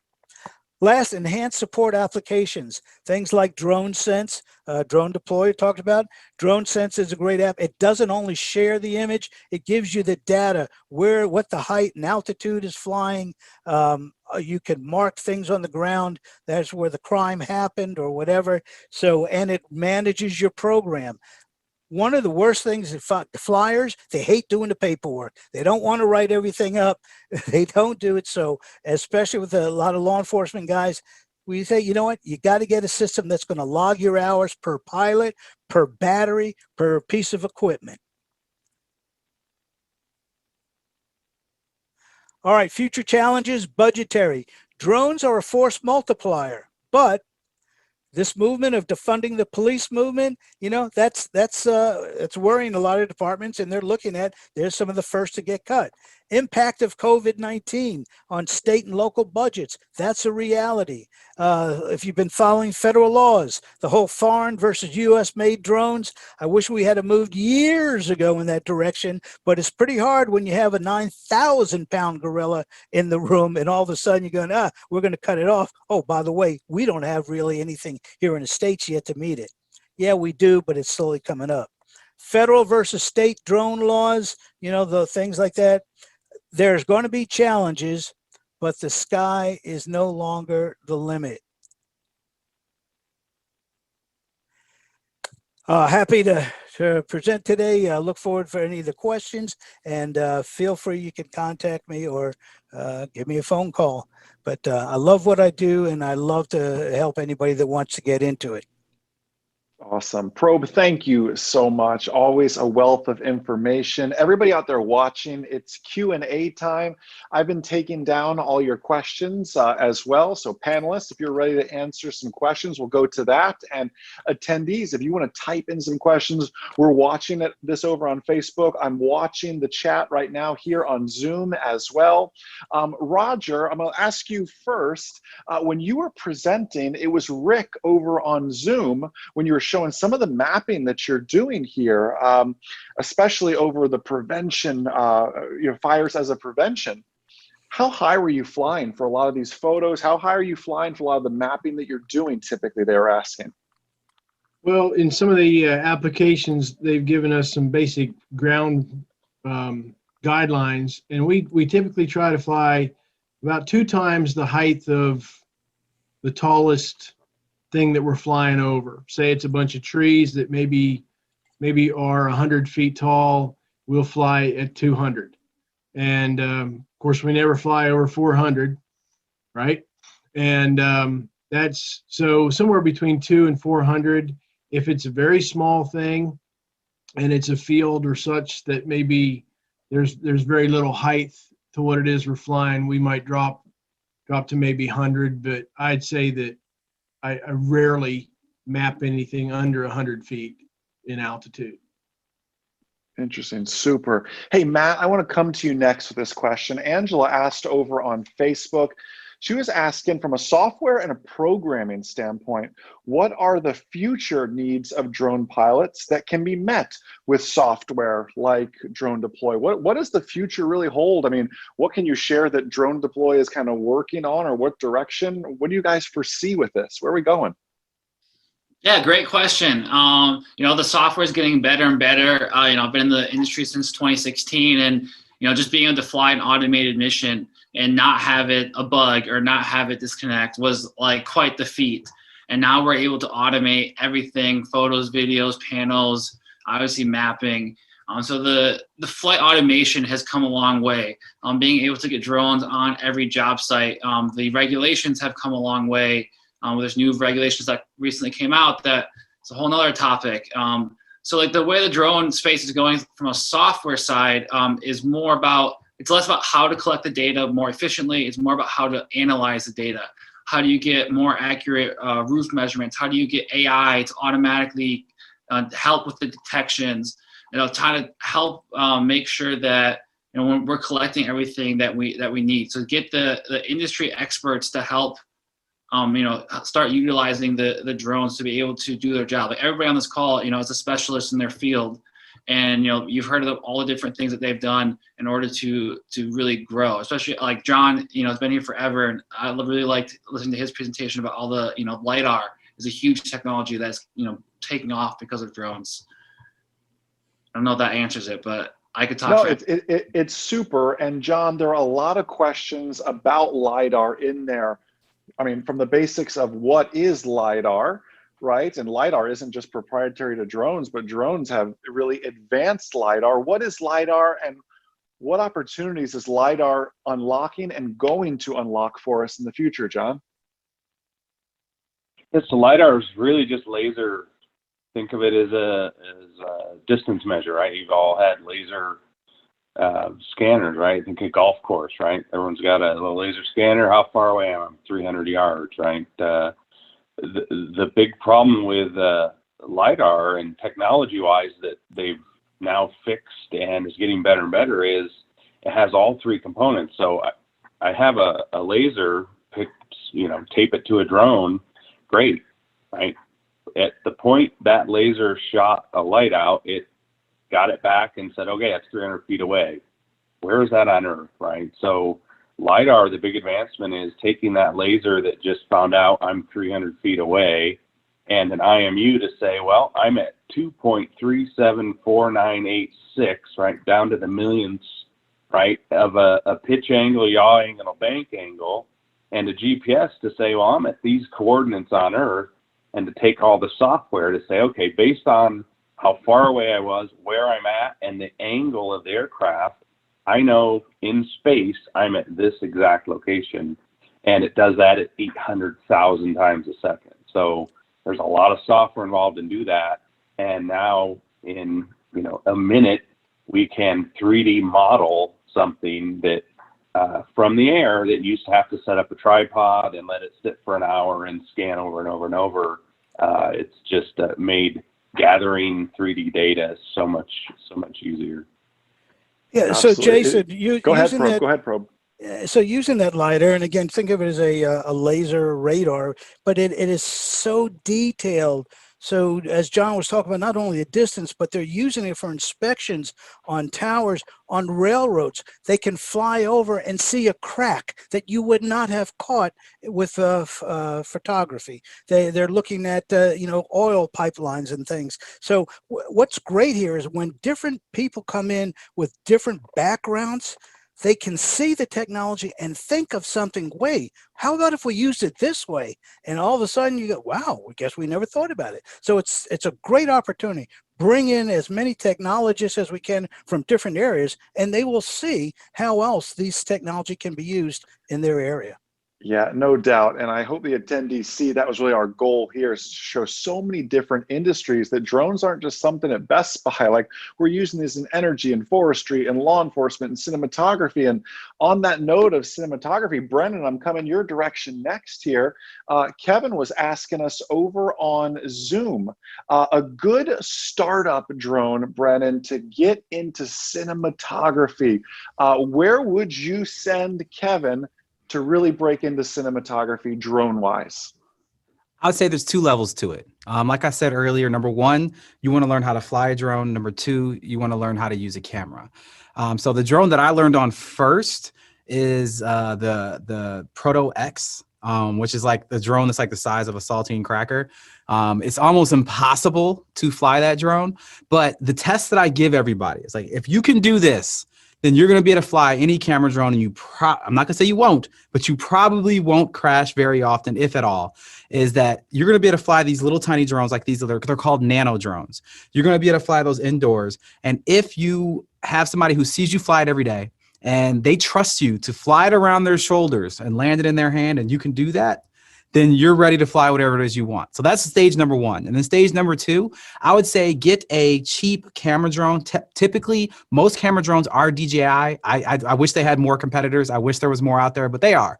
And so I would go for like the earlier generations DJI. If you can find like a Phantom 3 Pro that's cheap, you can normally get one for less than $500 online. The only issue you really got to look at is the batteries and the life and how many flights are on them. But in all honesty, you're just using that to learn how to fly, or maybe like the original Mavic Pro. These are really, really good baseline drones that still do have enough safety features, but still act almost exactly identical to the big camera drones, but at the fraction of the cost at this point. You'll be able to learn how to use the camera, watch some of my videos on my YouTube. You'll be able to learn how to use the camera better, and you'll be able to learn all the systems that you'll be able to apply upward to everything else. That's super, Brennan. You're spot on. I went that route as well. I went with the nano drone first before you go out and spend the $6,000 on the Inspire 2 or whatever it may be. So, Yep. Brennan, you are spot on with that here. Let's grab, and again, this is your time for questions. Anything you want, you can throw it in the chat there as well.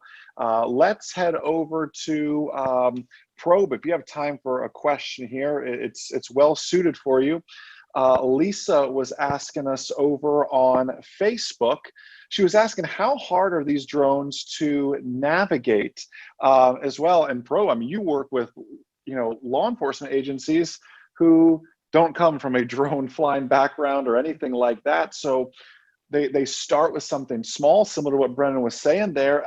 How long does it take somebody to grasp this? How hard are these drones really to navigate early on for the early adopters like this? Well, one of the things remember, and this is one of the FAA laws that just came out. They're going to change some regulations, but everything is based on visual line of sight right now. And in law enforcement, we have a tactical beyond visual line of sight, which really isn't, it's maybe another 100 feet around, momentarily going around a corner of a building. So navigating, it's not like you're navigating, from here 3 miles away to another place. You're learning, and that's why, again, as I said, with the smaller drones, I can put you on this, and I'm going to start you out inside in a gym, and we're going to have you learning to navigate around cones left and right. Learning how you fly a drone away from you is different than facing you, because everything is reverse. Then we start to have you do this at the same time. So now you're going to turn and climb and go forward and back. And before you know it, people are starting to feel real comfortable. Then we take them up to the next step, and we just keep moving up larger and larger drones. And now they're going farther away. So what I can tell you is we've done summer camps for 9, 10, 11, 12-year-old boys and girls.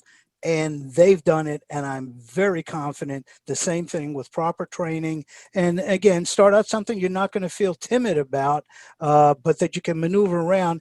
And it's just the same as if, we took you into one of Jason's aircraft. You may be a little worried at first, but eventually you learn, oh, okay, aileron does this, rudder does this, elevator does this, and you'll pick it up. So go do it. Don't let anything stop you. Just go do it. You're spot on. Pro, while I have you over on Facebook, Barbie Palmer asked, with crime on the rise, do you see drones being used more to help prevent crime as well with what you're teaching, Probe? And then if you could take that also, Probe, into Hernanda's question on Zoom was asking how many hours of hands-on mission train are required? You and I know there's not required for 107. Perhaps you can explain about that a little bit, but those are two questions there. How many hours are you spending with your law enforcement agencies, and how are we preventing crime, Probe, with drones?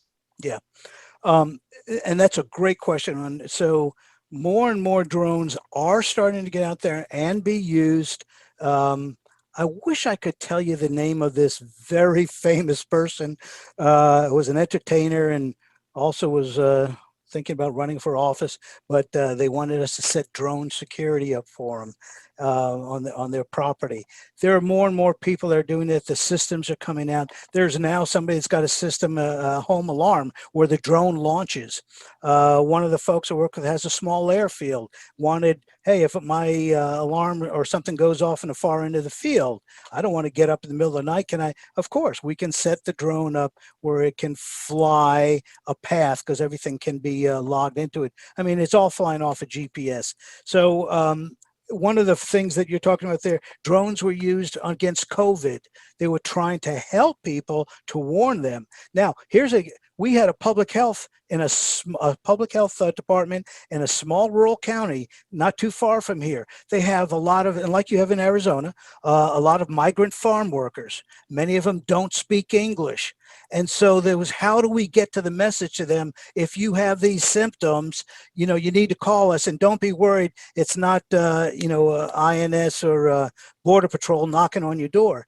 So we flew one of our drones with a loudspeaker over the areas that they knew were completely populated, trailer parks, others, with a loudspeaker in Spanish saying, if you have this. And it was the greatest thing to see a young kid that could speak that came and says, yes, I heard it. My parents have heard it. And it's great. So there's lots of opportunities in many different ways that it can be used. As far as hours, we have a 64-hour course as our basic. And we still get into advanced after that. But in that basic course, about 24 hours or so is dedicated to 107. We go through, the reviews, the video lessons, all kinds of things, and then we move into a little over 40 hours or so on hands-on training. Our officers come in. It's a Monday through Friday, and we give them a flight check.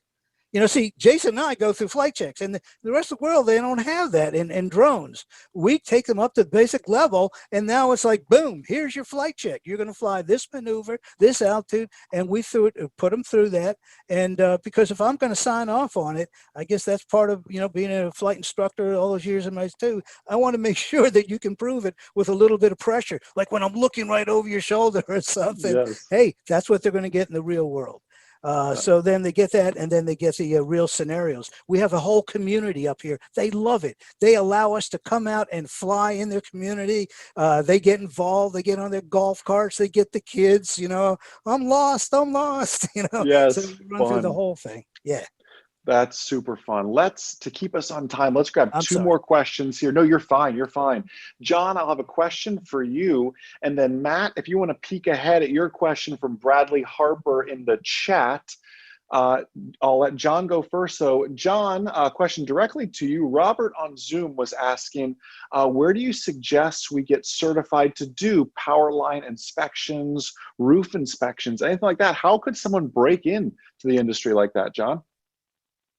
That's a hard one, and there's really not a lot of certifications yet. As everyone's talked about, it's still early on in, the FAA is just getting involved in certifying, using drones in the airspace. So certification of drones within the industry is even less common. So in most cases, there's a lot of companies out there. It's really get in with a company that's doing that, right?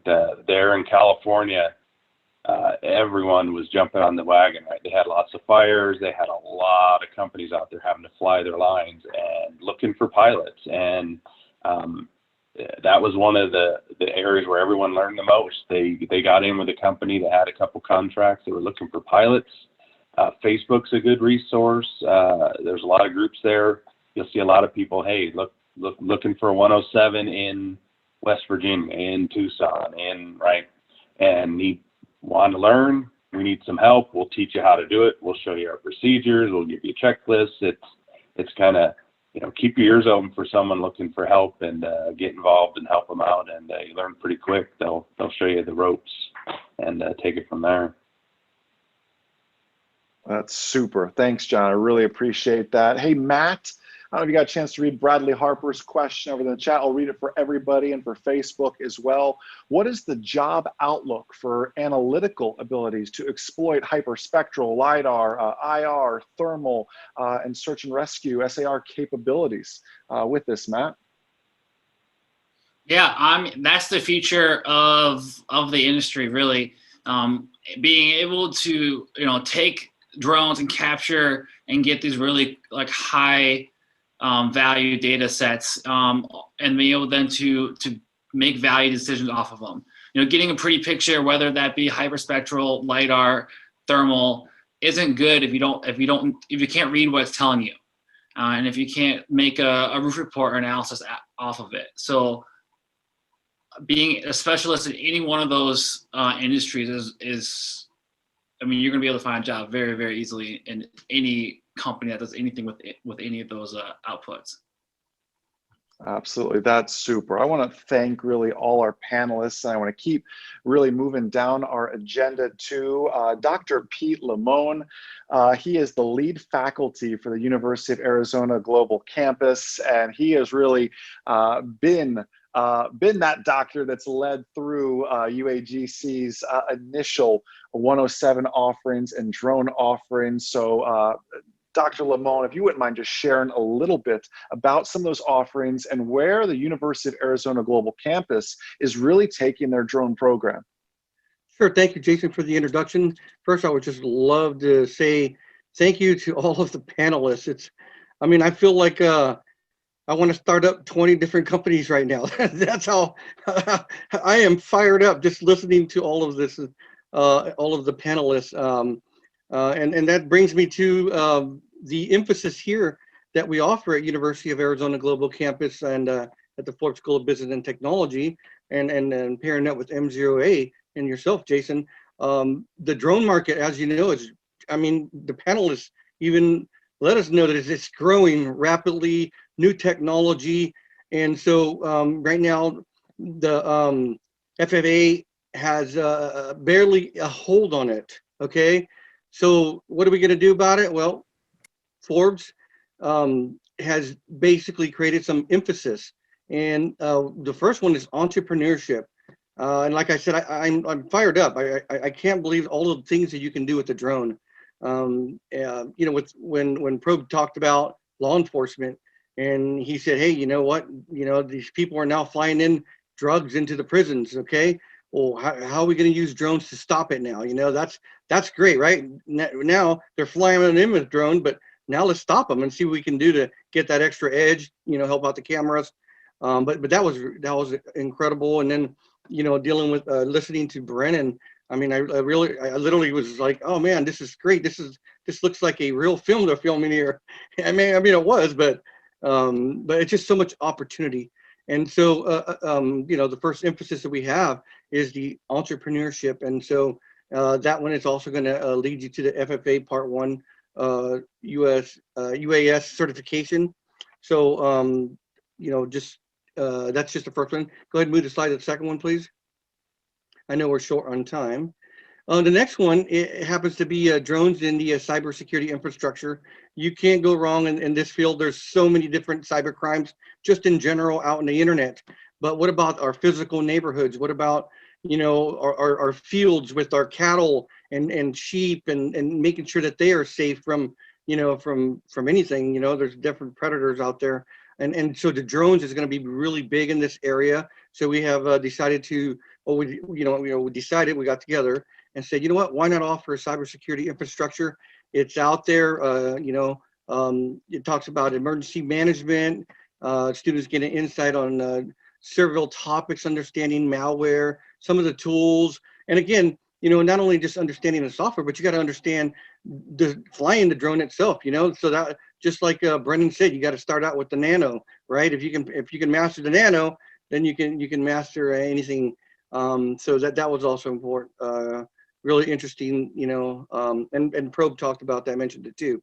The other is marketing, guys. It's all about marketing. You can do so many things with marketing. The first time I saw drones was about being used in marketing was about 2 years ago. And me personally, I was at a location and there's these drones flying and they're flying up to where the business name was on the building and they're zeroing in and zeroing out. And then, you know, they went inside the building and they were taking pictures and I'm like, wow, you know, there's so many different ways to market, not just, you know, sending out, you know, flyers or emails or anything like that. What about marketing using a drone? So we offer a drone marketing emphasis. So those are right now some of the emphasis that we offer currently. We are, you know, hopefully down, you know, down the road we'll be able to offer some more. But we do have Dr. Sherry Shorts. She is the core faculty for CAS for the University of Arizona Global Campus, who can speak on a little bit more on some of the drone emphasis. So Sherry, it's all you. It's so great to be here. This is a really exciting time. And as you heard from our esteemed panelists, there are certainly lots of uses for drones in areas such as Homeland Security and criminal justice.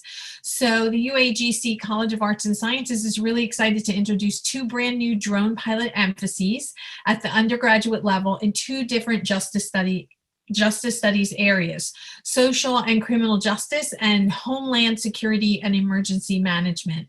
And each of these emphasis areas include 4 classes, the cornerstone of which, of course, is the AVI 200 commercial drone pilot course.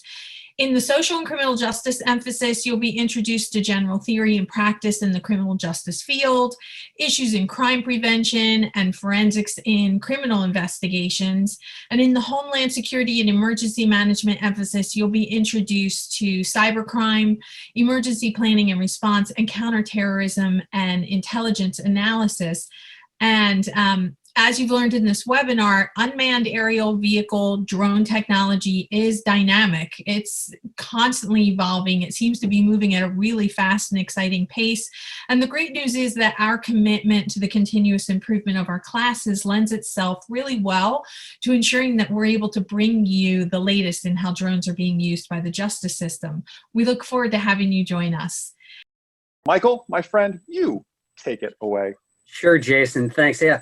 So, hello, everyone. I'm Michael Hayden. And, you know, I'm going to thank Jason and Magda really for their support in setting up this webinar, and then all the wonderful speakers. Thank you guys so much. So let me introduce myself. It looks like the conversion over to maybe Mac didn't take very well, but I'm Michael Hayden. I'm the lead for the Master of Information Systems Management and the Bachelor of Arts in Business Information Systems at University of Arizona Global Campus.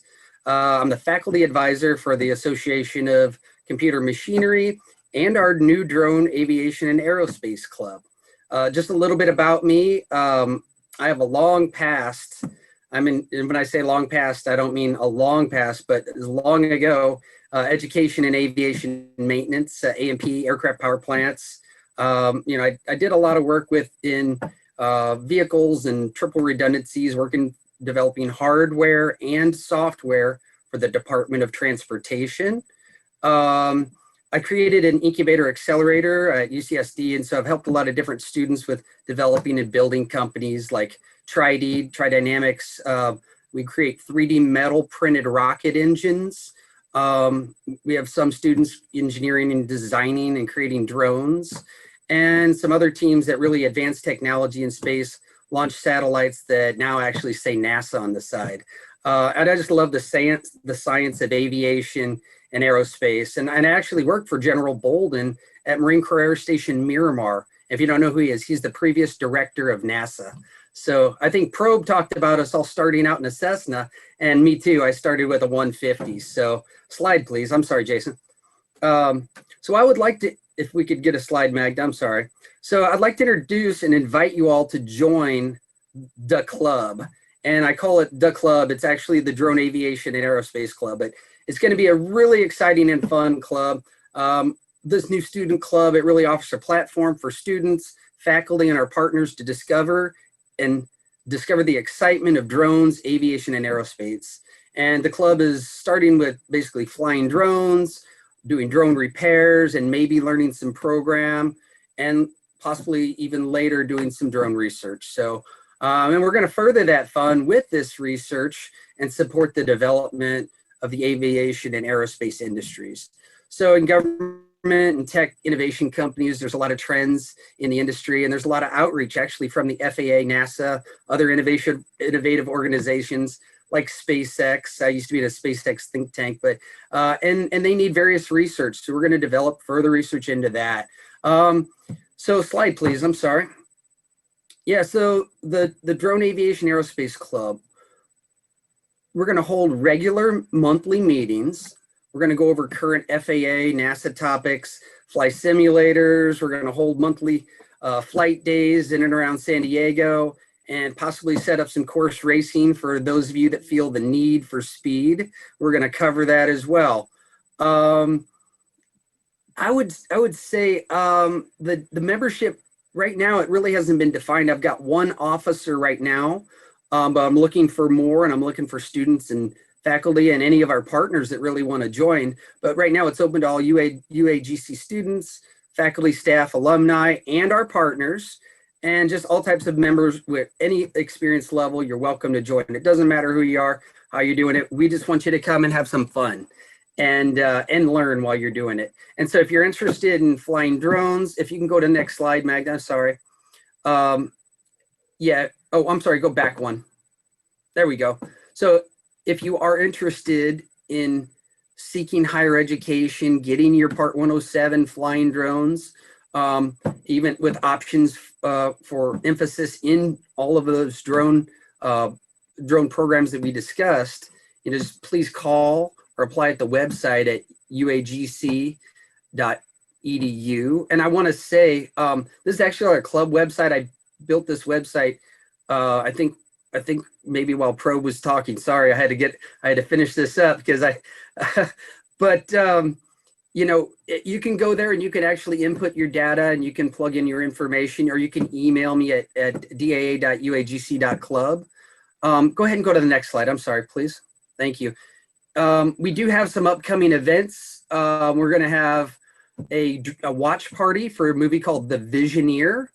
And that's the Peter Diamandis story. And if you haven't seen that, I would invite you all to come to that. We're going to have just a great time. And if you send me some information, that's the direct link. But if you send me your contact information through my email, I will give you more information about it. Peter's really an amazing guy. If you didn't know, he was the guy that actually created the first X Prize. And so that movie is amazing. And it's all about aviation and the United States ending the space race and sort of stopping all of the development after we stopped using the space shuttles. And then that privatization that happened, that was all his doing by developing. And I don't want to spoiler alert. I'm gonna stop right there. No spoiler alerts here. But that's a great show. If you can come to the watch party, we're gonna have a lot of fun. And I might be able to bring a couple people from the X Prize to come in and talk during that as well. And then we're going to have a flight day out at the Sweetwater Reservoir, and I'll give you more information about that if you're interested as well. So social distancing and all those rules apply. Next slide, please. But yeah, just join if you want to have more information, you want to have some fun. So at the University of Arizona Global, we do have our aviation courses. I do want to say we have just been approved for non-degree seeking students to take our courses. So you don't have to be in a degree program. You can come, you can sign up, you can get your FAA license, or you can get your FAA Part 107 license. And with Jason's help, I can tell you right now, that he's just awesome. I love to talk to him, and I learn something new every time I speak with him. But I wanted to mention there are some state limitations for that ABI 200 program. So when you contact, you can either go to uagc.edu and click Start Now. You can do an application online, or there's a phone or a number on top you can call as well. But with that being said, Jason, again, I appreciate everything. I'm going to pass it back to you. Thank you so much. Super. Thank you, my friend. And we'll work to get all those links shared in the chat. Michael, if you could share the link to the UAGC page, then click that Start Now, as well as to the club. And Dr. Bob Paxton has graced us now. There is the man and the legend himself, Dr. Pax, I know you have some words you really want to share as we get ready to close it out, because you've been a force behind this. I've known you for 10 plus years now, and he's just been such a great friend and mentor to myself as well on this journey. You are a close friend and a dear friend, Jason. I admire what you've done, and this was a phenomenal webinar. I have been sending out notes to everyone. Thank you to the presenters. You did a wonderful, wonderful job. I was blown away by the experience tonight. In fact, I think we have 3 new drone individuals to take the drone class just in the household here. So, but I have to say this, there's no one better than Mr. Shepard. He's done a great job on the manned side and unmanned side.